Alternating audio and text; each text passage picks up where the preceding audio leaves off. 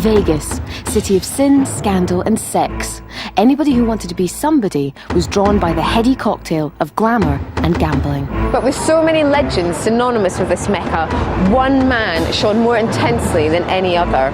He was the undisputed heavyweight of this city. His name? Frank Sinatra. This was his palace, his playground. For a decade, he ruled the city with his cronies, a gang of entertainers they called the Rat Pack. In a city full of swingers, Frank and company stood out. They had the swagger, they had style, but for Sinatra it wasn't all songs and smiles, because he was a man with many deep contradictions. But if we were to find his spirit, will it be the cool, colorful, and charismatic Sinatra, or will he reveal the more dark and dangerous side? I think Frank Sinatra was a mob wannabe. I think he was about as tough as soft butter, but he loved hanging around tough guys. He was out to help so many people, but don't ever be his enemy, because you're in for a lot of trouble. Our search for the spirit of Sinatra would take us from the bright lights of Las Vegas to the dark tunnels of Lake Tahoe, but would either of us be ready for the roller coaster ahead? I'm having a feeling of get the hell out of here. You what? I'm having a feeling it does not want me here. Come on, out, no, no, no, no. Oh my God.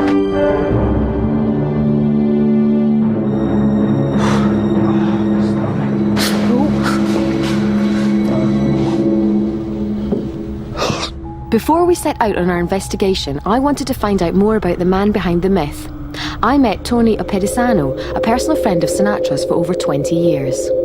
So Tony, you worked for Frank Sinatra for a long time.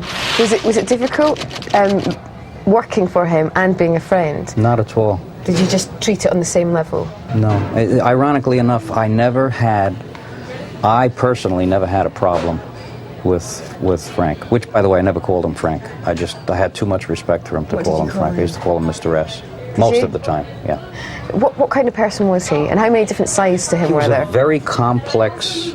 very complex man. He was gentle, caring, loyal. When you had Frank Sinatra as your friend, you really didn't feel like you needed anyone else as a friend. I feel like that he's still kind of watching over me, over my shoulder. Do you feel his presence at any time? From time to time, yeah.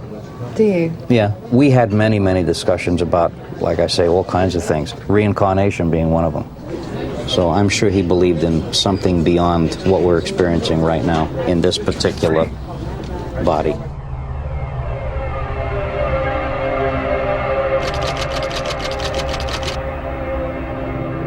Meanwhile, Chris was uptown at the Stardust Casino to meet the legendary Vegas entertainer Rip Taylor, who had a unique relationship with the Rat Pack. It's like the waters parting in the Bible. When they walk into a casino, ooh, look who's here, oh my God, everything stops. But it was history, but we didn't know it at the time because we weren't working, we were having so much fun. We never, ever slept. So what kind of things did you guys get into? Trouble. There were many women visiting. You understand? You can't be rude to women. They offer things. Thank you, and they just know how to say thank you in many ways. Sometimes I was thanked to death. But the funny thing is, they weren't cocky about it. They were just having a good time all the time. So was Frank like right to the point? Always. You walk in the room and say, "How is he?" You don't say, "Hi, how is he?" Do you feel that the Rat Pack's spirit still lives here? The Rat Pack put Vegas on the map, and it's still talked about. As you know, we're doing it now. The Vegas that the Rat Pack ruled is not the Vegas of the 21st century. The Sands Hotel, the Desert Inn, and the Dunes are no more. But some hangouts still exist. So the next step in our investigation took us to the Golden Nugget in downtown Vegas, a place that was a second home to Sinatra in his twilight years. The Golden Nugget is an old-style casino and hotel, one of the few places that has remained unchanged over the decades. The showroom where Sinatra performed is still there. his dressing room is still referred to as Mr. Sinatra's. Perhaps we could find his spirit here, a place where he remains an important figure. The Gold Nugget's one of the original casinos in Las Vegas. We've been operating continuously since 1946. And if you look at the old skylines, the old marquees of Las Vegas, Golden Nugget was always featured prominently in that skyline. The Rat Pack hung out here quite a lot in the 60s. What was it about this hotel in Vegas that they liked so much? Las Vegas is one of those places I think that serves as a great backdrop to Frank Sinatra, and I think provided him with many of his songs. Luck Be a Lady Tonight. I mean, where else can you have that but Las Vegas? Chris wanted to find out more about Sinatra from the people who knew and served him. So he met up with the bellman and the porter who looked after old Blue Eyes on his numerous visits here. They accompanied Chris to Sinatra's favourite suite on the 5th floor. If his spirit remained anywhere in this hotel, would Chris find it in the comfort and luxury of these rooms? Oh, man. Now, this is the actual room that Frank used to stay in? He's got his own private bar. Only the best. I want one of those. So this is actually what it looked like when he stayed here? Pretty similar. They did a few renovations, but color-wise and wallpaper and everything is pretty much the same as it was. So I'm getting a chance to see exactly what Frank saw. With the sun setting over downtown Vegas, I met up with Chris in Frank Sinatra's suite to discuss how to further our investigation. Have you managed to pick anything up at all? Any energies while we've been here? Well, you know, when you were doing that interview with Dan, I walked around a little bit, and I did feel something. I mean, I said, whoa, what was that? And I feel that there is a presence in this hotel. As I came up here, and we walked down the corridor, I did feel strong energy. Well, when I walked in the door, of course, you know, it's extravagant. But the more I walked around and went upstairs, there's a lot of energy in this room. I mean, a lot. And it's different from some of the other places we've been that I'm trying to figure it out. But it definitely is something that's positive. Well, it pains me to say this, but tonight I would like you to spend the night in this poky little room and see if you can, see how you feel, really. I won't have a problem staying here. I'm sure there's going to be something that's going to want to come back here. Yeah, me.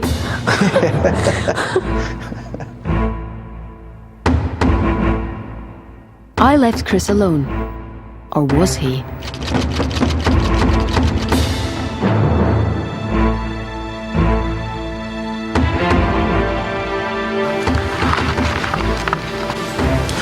I am trying to get in touch with Frank Sinatra. Bless me with your presence. I tell you, there's a lot of energy in this room. I'm not terrified. I'm not afraid. And I don't sense any negative energy as long as I don't provoke anything. What I sense is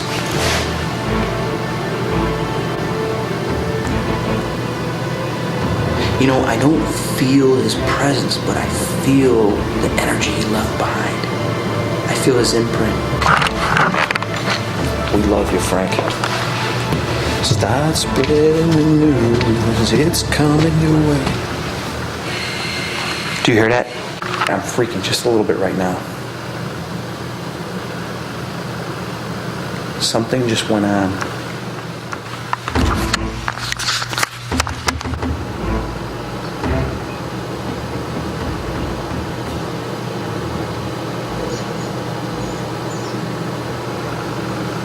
Oh my God. There's a scrape on the window. There's scraping going on the window.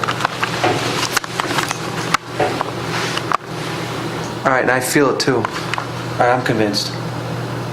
There's something here now. That is not a normal sound. That was a hand scraping on the window a couple times. Oh God, I hope I got this on audio. How could anything be scraping on a window 5 floors up? If Chris was scared by that, how would he cope with the events yet to unfold? Because the paranormal was about to get physical. Oh my God. Sunrise in Las Vegas, and our search for the spirit of Frank Sinatra had reached its second day. It was the morning after Chris's night in Frank Sinatra's suite. We met up to find if Chris had made contact with a stranger in the night. How did it go last night? Well, it was a comfortable stay. Yeah, I bet it was. But more importantly, did you manage to feel or collect anything of Frank's spirit? This man, his legacy remains. I mean, there's no doubt about it. Of course, we see it when everybody talks about him, but walking around the suite that he used to stay in, I could feel his energy.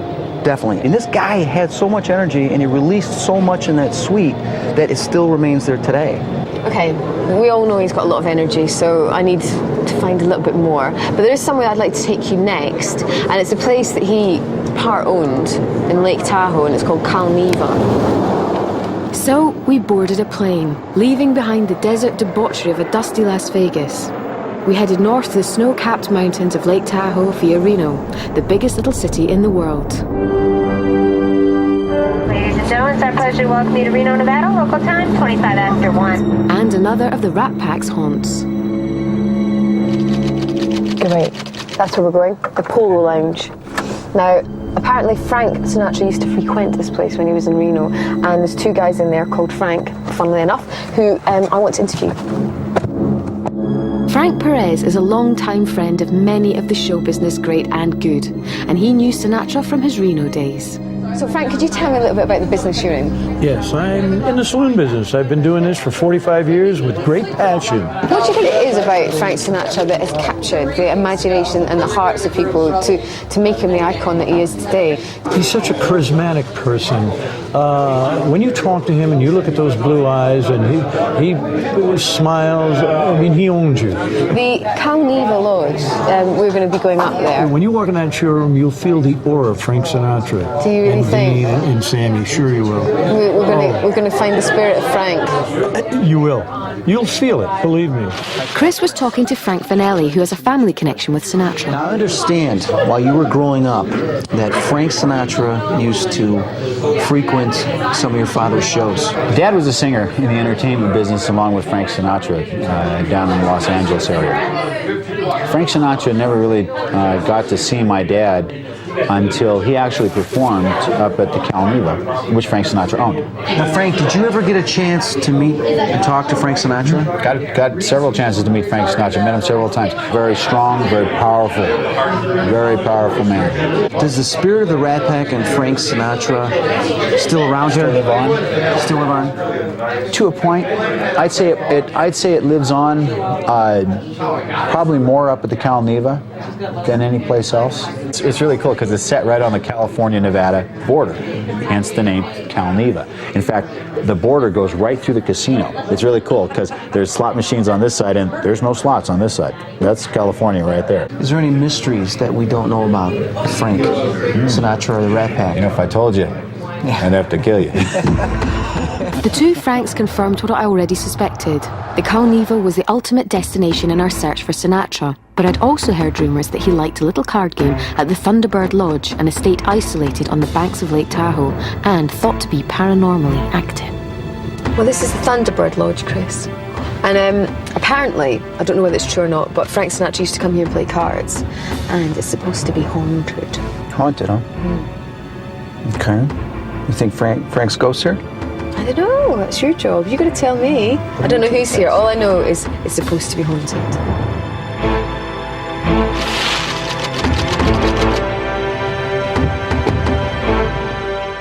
It was hard to believe that the beauty and tranquility of this landscape could ever harbour anything frightening. But if the rumours were true, then we were in for a rude awakening. Hi, welcome to the Thunderbird Lodge. Would you mind giving us a little brief history of the Thunderbird Lodge? The Thunderbird Lodge was established by a man named George Whittle back in 1935. He purchased 27 miles of shoreline from the Calneva Lodge, which is located right over there, all the way up to Zephyr Cove. The original stone estate, which we'll go into shortly, was established by him, and it took 4 years to build.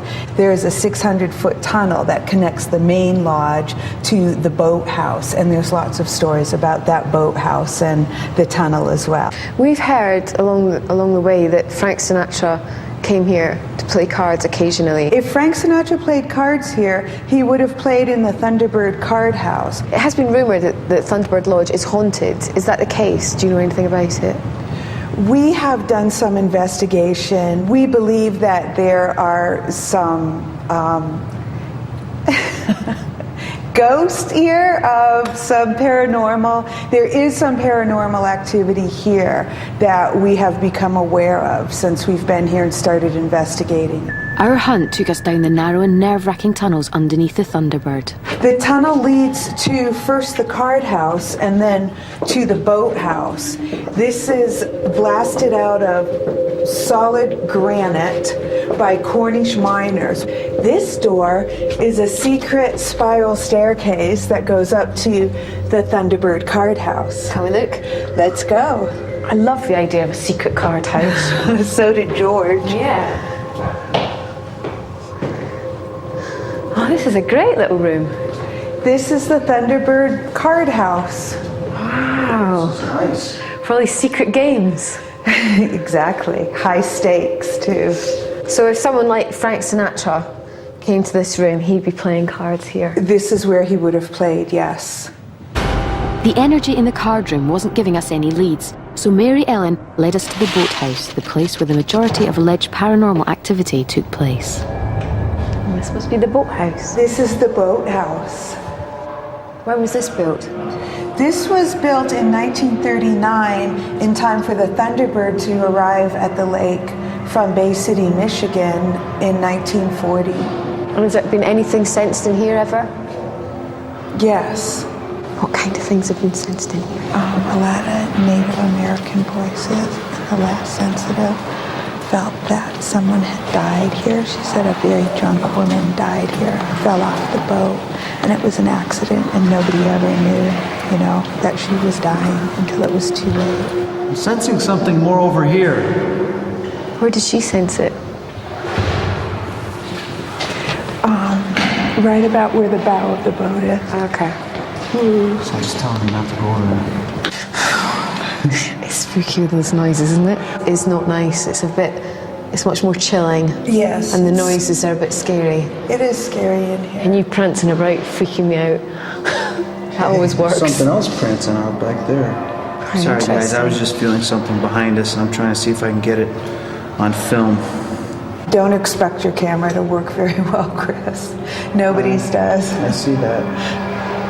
Chris, we're going to switch the lights off in here. Yeah, switch the lights off. Don't be afraid. It's horrible. It always sounds like someone falling in every time you hear that noise. Hey, Gail? Yeah? I had 20 minutes left on my camera. Yeah? Now it's dead. Does that happen? Oh, it's happening. Just a second ago, I had like 19 minutes, 20 minutes left. Yeah. And right now, my battery thing's going on. I have no time left at all. It just drained my camera. It doesn't want any pictures. Happens every time.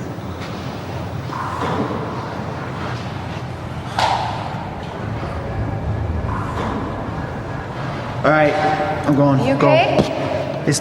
I'm having a feeling of get the hell out of here. You what? I'm having a feeling it does not want me here. It's telling me to go. Get out. Yeah. I don't think it likes men. Maybe it's a woman then. Maybe it is a woman. Whatever it is, I'm not staying back there. I had 19 minutes left on this camera. Let's go. Oh.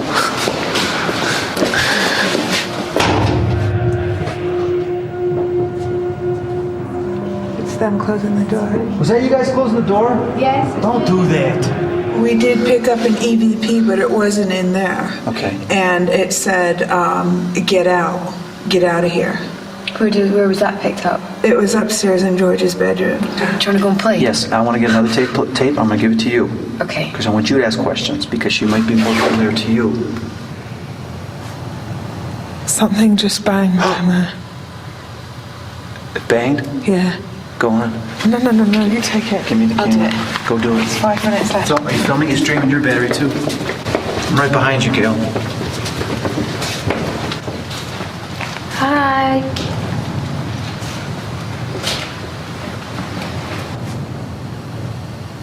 Knock once to stay, knock twice if you want us to leave. She doesn't like men, so don't speak.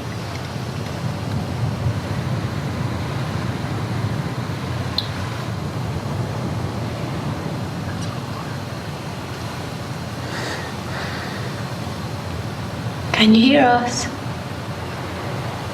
That's a lot of water, man. It's low, isn't it? Is it more than normal? Yeah, we haven't heard it move that much.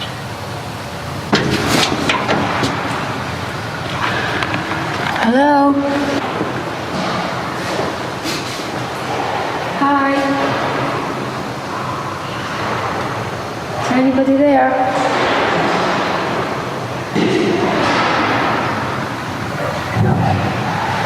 What was that? Can we get out now? Can we get out now? Right, I've had enough. Come on, out now. I was overcome by a need to leave the boathouse as soon as possible. When we later filtered the sound, we made what appears to be a startling EVP recording. EVP stands for Electronic Voice Phenomena. This is a recording of unknown sounds or voices for which there's no logical explanation once you've discarded radio signals, people present, or electronic interference.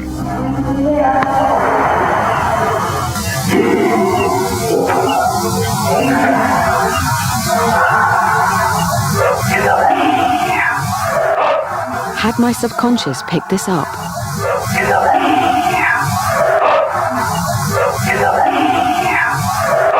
Can we get out now? Right, I've had enough. Come on, out now. Out now, now. We made our hasty retreat along the winding, claustrophobic corridors. We were all unnerved, but wanted to continue and investigate another allegedly active area, the bedroom of George Whittle, the original owner of the Thunderbird. So this is George's bedroom. Is there anyone here?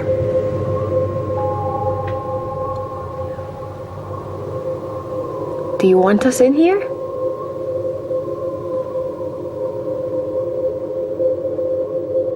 I don't get anything in here. I'm going up there.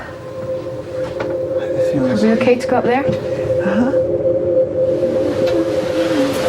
That was me humming, sorry. Yeah, but the windows are... Anything up here?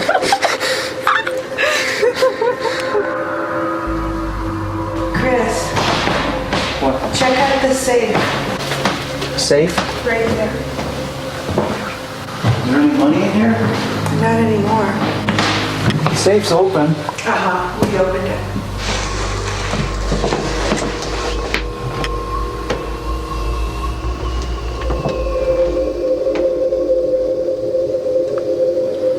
Is there anything?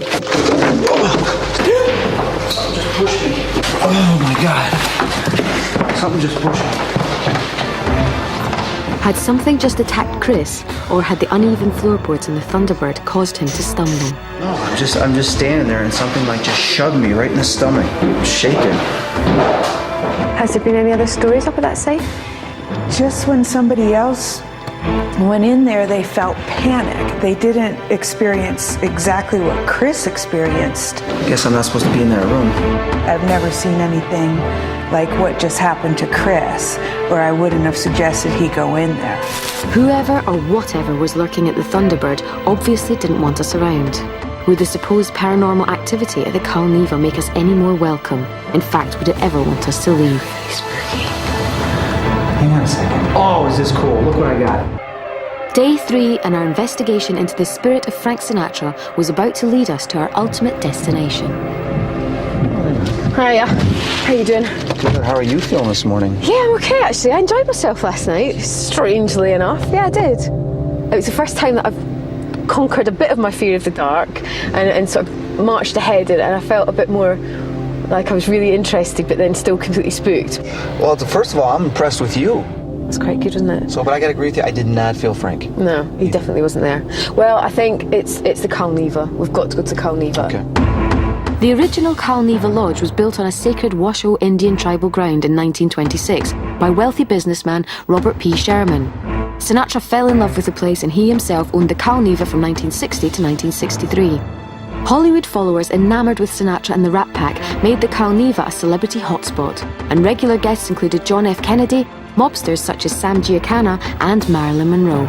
It was a beautiful place and a beautiful setting and beautiful people.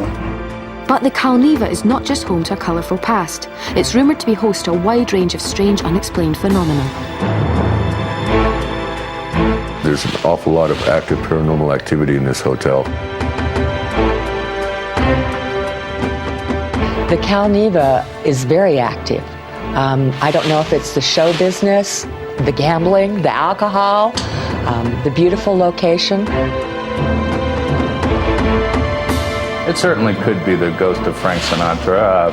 I think there's several entities or paranormal spirits about. Look, this is the very famous line that separates this lodge. This half is Nevada, that half is California. You going to California? Are you kidding me? You're in California.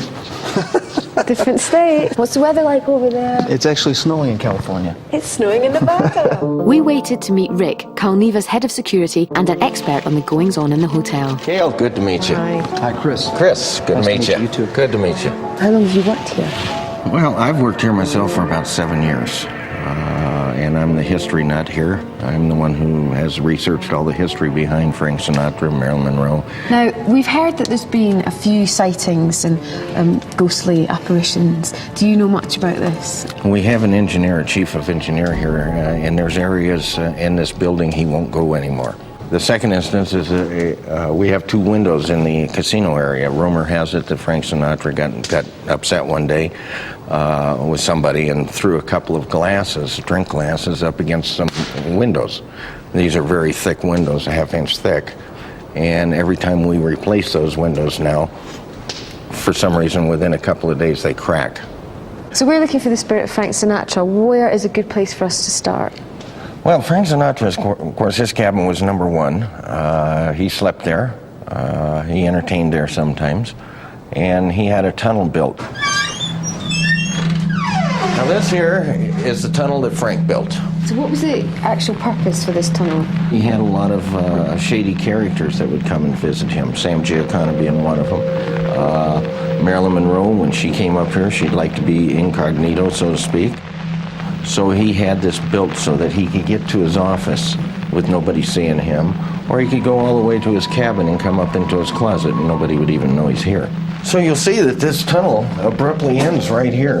So the tunnel only goes about halfway now, and that's because years ago, when they put the patio in outside between the Indian room and his cabin, Frank Sinatra's cabin, that's when it caved in. So what you're seeing here is a set of stairs, cement stairs. They went up into Frank Sinatra's office. Now, have any things ever happened down here at all? Myself, I've never seen anything or felt anything that was abnormal. The only thing I find peculiar is that this tunnel never warms up. And I find that kind of unusual because you'd think that some of the heat from the casino and the building above would get into here, and it just never seems to. We moved on to cabin number 1, Frank Sinatra's suite.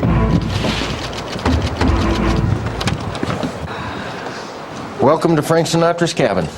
God, it's a lot smaller than I thought it would be. It is quite small, but then again, he only used this to sleep in. Do you think he chose this just because it was nearest to the casino? Yeah. Yeah, and this is where he had the tunnel built and to come up into the closet. Okay. Has anyone ever said that they've felt anything or seen anything here since Frank Sinatra's death? About 3 years ago, we had a television in here, and for whatever reason, it kept turning on. We would turn it off, and within an hour, it would come back on. Yeah, there tends to be with ghosts that they will mess with the electromagnetic waves of any type of appliance. Yeah. So... And it was spooky to me. I was also intrigued to take a look inside cabin number 3. This is Marilyn Monroe's cabin. Okay. This is where she stayed every time she came up to the Calneva. Seems a little bit nicer than that one. And she had a gorgeous view out the window. She's got a beautiful Absolutely gorgeous view. Interesting thing about this cabin, Marilyn Monroe's big mistake in life was let it be known that she was going to write her memoirs would have been real embarrassing for the Kennedys, the Mafia, Frank Sinatra. Bobby Kennedy was actually here one weekend visiting her. Now, whether it was business or whether it was pleasure, nobody really knows. They only know that a week later she was found dead in Los Angeles from an overdose. Do you sense anything in here, Chris? Yeah, the minute we walked in, I was feeling something moving around. I was wondering if it was just my eyes playing tricks, but when I stand still, I see the corners of my eyes, something whipping around. Did she come here a lot? She came here quite often. Frank and her were quite the item for a while. About 2 months before she actually died in Los Angeles, she did take an overdose in this cabin. Oh, did she? And she dialed the operator of the hotel. Frank Sinatra came down here real fast, found her laying naked in the middle of the floor. He immediately scooped her up, got her in a car, and got her to a hospital and had her stomach pumped.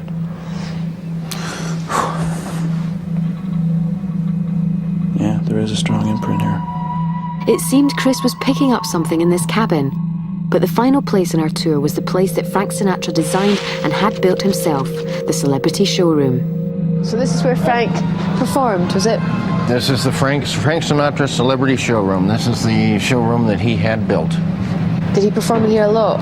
He performed in here quite often. One guest told me about they came here to see Dean Martin perform, who was up on the stage, and all of a sudden, during the middle of the performance, here comes through those two doors down there, 4 waiters carrying a door on their shoulder, Frank Sinatra laying there, drinking a martini, smoking a cigarette, and they walked up the stairs up to the stage and dumped him off, and he performed the rest of the night with Dean Martin that night. Oh, how exciting. Yeah, they said it was just a real neat, exciting time. Would it be okay if I came here maybe tonight and did a little investigating, paranormal investigating? Not a problem. We'd love to find out what is in here. How did you feel going around on that tour? Was there any particular parts that you found more, I don't know, more energy in than others? Well, you know, when we were looking at the stage, I definitely want to go behind that stage. Go behind the curtains, everything, see if there's anything there. Do you think Frank would have left a lot of energy on the stage? Definitely. I decided that I would return to cabin number 3, where Chris had obviously felt a strong presence. And I called in a group of local ghost hunters to aid Chris in his investigation. We did an investigation at the Cal Neva, and we found a lot of activity around the stage area, behind the curtains off of the stage area. There seemed to be, we sensed a lot of things, and we got some EVP. Thank you very much. Thank you very much. My name is Janice Oberding. I'm a paranormal investigator and a parapsychologist. The one thing a parapsychologist would question on EVP is, would you hear the same words if I played that for you and didn't tell you what you were to hear? While Chris and his paranormal investigators headed to the stage in the Sinatra showroom, I decided to brave the dark and the freezing temperatures in cabin number 3. I'm in Marilyn's room. Is there anyone in this room?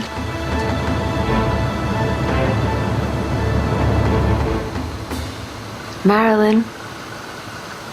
Frank? It's really spooky, especially with it being snowing outside.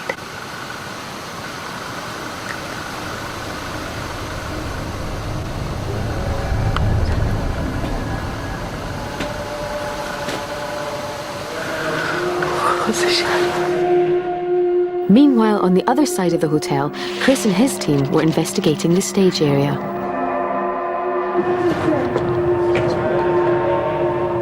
If there's anybody here that wants to say something, speak now. It seems to like that side. There's definitely some type of energy up there. Note this, I've got 80 minutes left on my camera, and I am feeling something up here already. Look what I got. Hang on a second. Oh, is this cool? Look what I got. I got a streak. See it? Look at that streak. Well, what is it? What is it, though? It's like a worm that shot out. I've never gotten that before, ever. That is cool. I've been in this room now for just over an hour, and no one's come to talk to me. It's really spooky though. I light a match and wander around the room.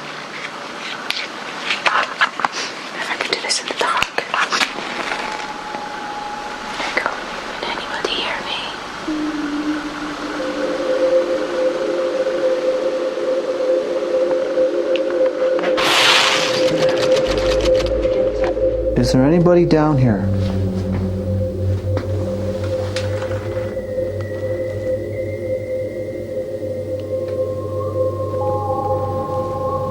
The camera just took a shot without me taking the shot. It's interesting. And what are you feeling, Chris? I don't really sense anything like any energy or anything.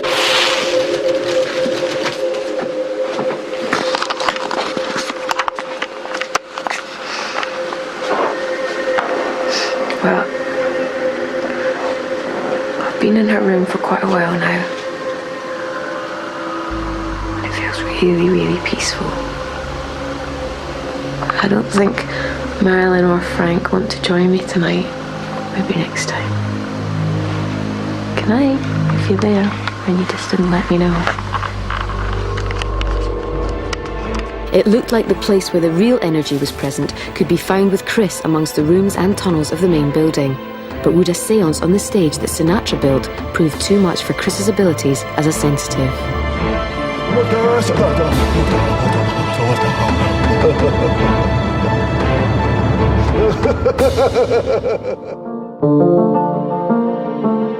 It's the final day in our search for the spirit of Frank Sinatra. So far, we've come across a number of possible paranormal phenomenon without getting any real contact from Sinatra or the Rat Pack. So the last stage in our investigation was to work out how to take that final step. So how did you get on last night? We went to the stage, like I told you, I wanted to go there. It was very active. We had stuff floating around. I felt like I saw something. I took pictures. I got some orbs. But we felt like it was moving towards above the stage. So I said, let's go up there. As we went up there and I turned around, I felt something. And I snapped a picture. And I want to show this to you. There's a couple different types you can get on film. You can get orbs, you can get ectoplasm, or you can get streaks. See that white streak that shoots across here? Streaks are sometimes the orbs moving so quickly that they create a streak right in the environment that you're at. Out of all the pictures I've ever taken, I haven't had anything like this show up. It's very rare to get this. And when investigators Can we get that checked out then? Of course we can. Was the streak a laser or something more sinister? It could have been caused by one of our cameras, but its shape seemed too disjointed to have come from our electronic equipment. I'm thinking, since neither of us have found what we can determine as Frank's spirit, I was hoping that tonight you wouldn't mind doing a séance. I think that'd be a good idea, because I don't think Frank's still around. We gotta contact him somehow. I decided that the best place for the séance to take place was on the stage of Sinatra's showroom. But as the afternoon progressed, I also made a more difficult decision: to remove myself and my skepticism from the séance. Basically, a seance is a group gets together and tries to call in a spirit. The group energy helps call someone from the other side in. And if you're in a location where there's an attachment of some kind, of course that would help. My role is going to be, I'm going to frisk everybody as they come into the seance to make sure that there's no trickery involved. That's an essential part of a seance. You have to ensure before the seance starts that there's no trickery. I will check under the table, around the table, the area where the sitters, the mediums, everybody will be sitting, to ensure that there's no wires, no lights, nothing untoward. And then I will observe the seance and hopefully be able to give a rational explanation for anything that may be occurring. Close your eyes and center yourself. We call on our friends on the other side, our guides. We ask them to open a doorway. Chris, are you feeling anything? The people within the circle were all interested in and open to the paranormal. Could this make the process more of a show than a séance? Frank Sinatra. Frank Sinatra. Frank Sinatra. I'm having trouble keeping my hands down. They want to lift. I sense a little bit, somebody's here with a little bit of irritation. It's kind of like, yeah, what do you want? What is your name?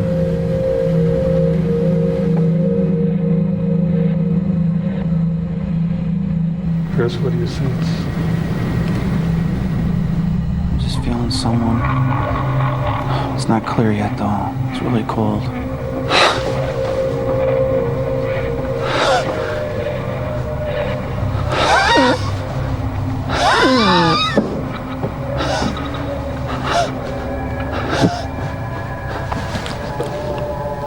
I would like everyone to try and bring energy down through your body and send it over to Chris. Chris appears to be channeling a spirit or an entity, or could it be that he's inadvertently fallen into a state of self-hypnosis? So who is there?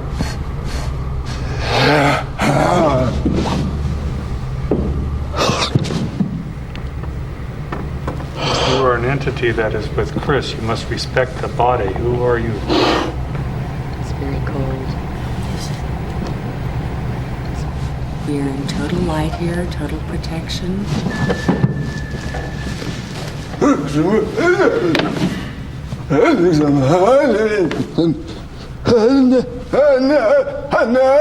is that?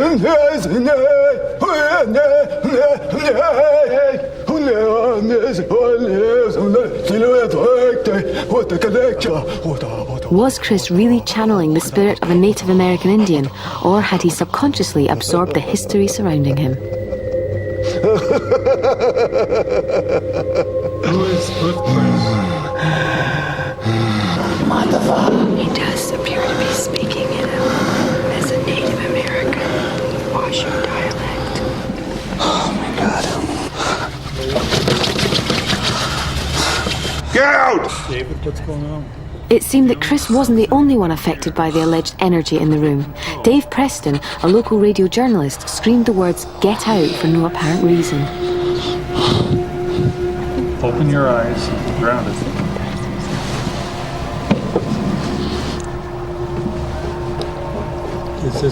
Is this Frank?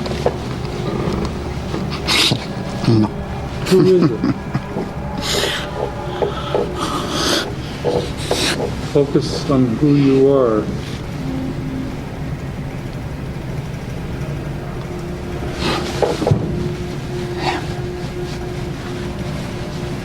You can communicate. That's why you're here, is to communicate, so do so. What's wrong now? He's glad to be back in the physical.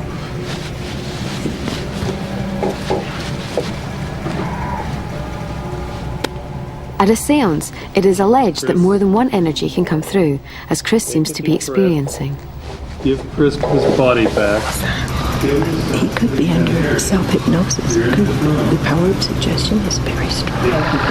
Chris, you're in control here, Chris.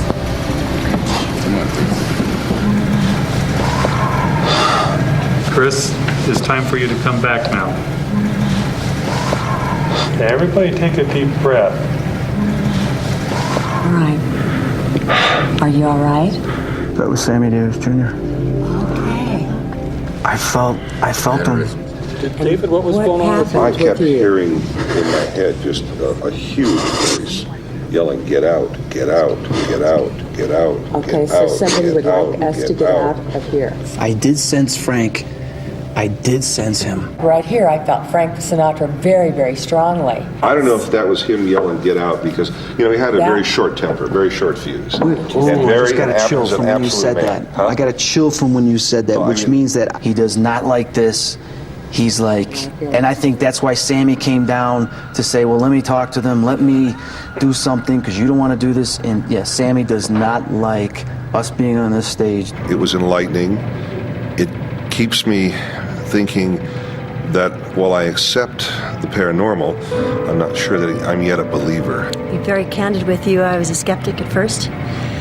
And after what I've been through, I think there's more to it. It seemed very, very real to me. So no, I wouldn't say I'm skeptical on that. I mean, I believe everything that just happened here. I thought it was interesting, a little frightening, and actually it went better than expected. I thought that Chris may have contact, may have had a spirit enter his body. But when we're talking about feelings, and I noticed that everyone was discussing their feelings, there's no way to prove or disprove feelings. I believe when you get a group together like that, it's very easy to jump into and convince yourself that you're feeling something, or like a mass hysteria or hypnosis. The morning after, and there was a strange stillness in the air.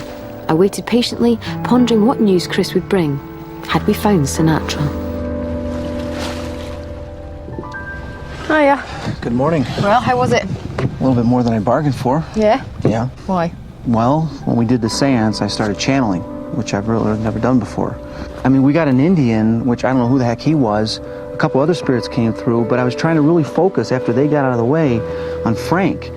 And it was like this dark tunnel created, and I saw Frank at the end of the tunnel. You know, I think they actually did move on to the other side, and last night during the seance, even though you weren't there was a little bit of contact that was made. And I think that's as close as we're going to get, Gail.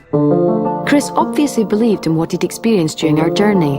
Although I still had my doubts about the paranormal activity I'd been exposed to, I considered it to have been a successful investigation. Sinatra's spirit is still around, but whether that's in ghostly form or just on the turntable of your record player has yet to be decided.